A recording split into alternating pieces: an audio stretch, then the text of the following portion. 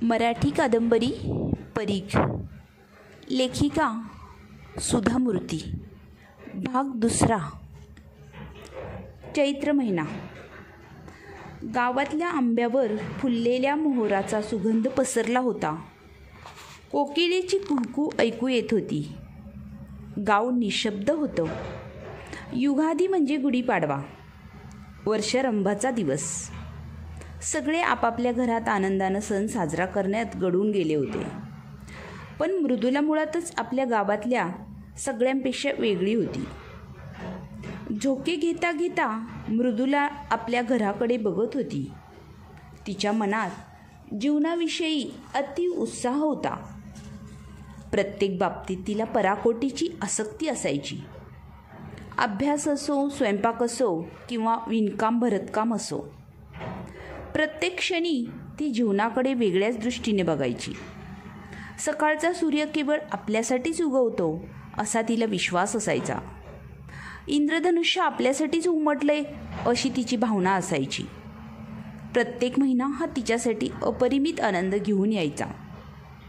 कुठल्याही मापदंडांनी तिच्या उत्साहाचं मूल्यमापन करता यायचं नाही. मृदुला वयात आली तेव्हा गावाची परिस्थिती बदलली होती. गावालगतची भीमण्णाची 2 एकर जमीन गवताची गंजी होती. बऱ्यापैकी जमीन असल्यामुळे भीमण्णा आपल्या इतर जमिनीतल्या भाताचं गवत आणि इतर चारा या जागी साठवून ठेवायचा. आता त्यानं ते सगळं सामान आपल्या वेगळ्या जागी हलवलं होतं. त्या जागी आता उत्तम माध्यमिक शाळा बनली होती, तीही सरकारी. गावच्या पाटलांनी, बसलिंगे गौडांनी गावातल्या सगळ्या नागरिकांकडून वर्गणी काढली होती. त्यांचे पाहुणे आमदार शंकर पाटील यांच्याकडून त्यांनी सरकारी अनुदान मिळवलं होतं. मृदुला आणि तिचा थोरला भाऊ कृष्णा याच हायस्कूलमध्ये शिकले होते. सरकारी शाळा असल्यामुळे इथे येणारे शिक्षकही आपापल्या स्वभावाप्रमाणे असतात. त्यातले काही हुबळीला घर करून आठवड्यातून 3दा येतात, तर काही जणांनी गावातच घर केलं आहे. गावात शेकडो 50 माणसे हिंदू आहेत, तर बाकीचे 50% इस्लाम धर्माचे आहेत. हनुमंतांच्या देवासमोर मशिदही आहे. मशिदीचे मुल्ला जलालुद्दीन आणि मारुतीच्या देवळाचा पुजारी धनगर संगप्पा हे दोघं जानी दोस्त आहेत. खेड्यातल्या या हनुमंताला शेकडो मंत्रांच्या पूजेची गरज नाही म्हणा. रोज अंघोळ घालून कन्हेरीची फुलं वाहिली, 2 विड्याची पानं आणि त्यावर गुळाचा खडा नैवेद्यासाठी ठेवला की झाली पूजा. कधी काळी देव पावला म्हणून कुणा भक्तांकडून आपल्या सोयीनं रुईच्या पानांची पूजाही बांधली जाते. त्या दिवशी संगप्पाला थोडं जास्तीचं काम असतं. मग संगप्पा मेंढरांना घराकडं पाठवून देऊन देवळासमोरच्या कुंडात अंग घासून अंघोळ करतो. त्यानंतर मन एकाग्र करून भक्तिभावानं पूजा करतो.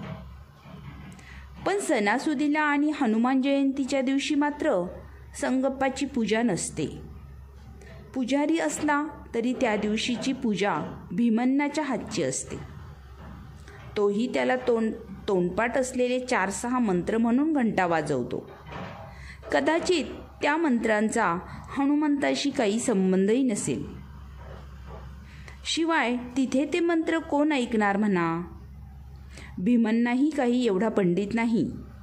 त्याला आपले 4-6 श्लोक येत असतील.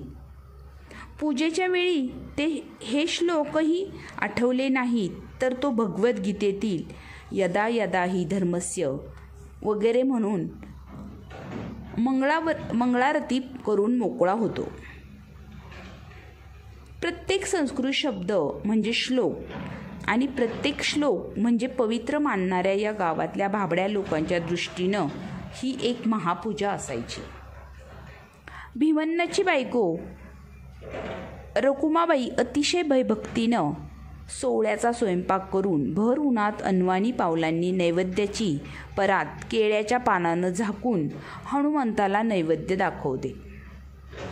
त्यावेळी देवळाचा परिसर साजूक तूप आणि तळलेल्या कडबूच्या वासानं भरून जातो. दररोज संगप्पाचा गुळाचा नैवेद्य खाऊन कंटाळलेल्या हनुमंताला तो राजभोगच. ही पिढ्यानपिढ्या चालत आलेली पद्धत.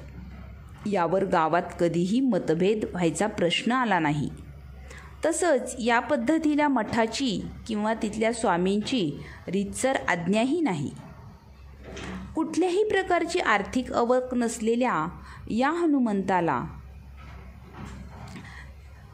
आजवर कुठल्याही मठाचे स्वामी लागलेले नाहीत. वर्षातून एकदा गावातलेच लोक आपल्याला जमेल तेवढं श्रमदान करून देवळाची रंगरंगोटी करतात.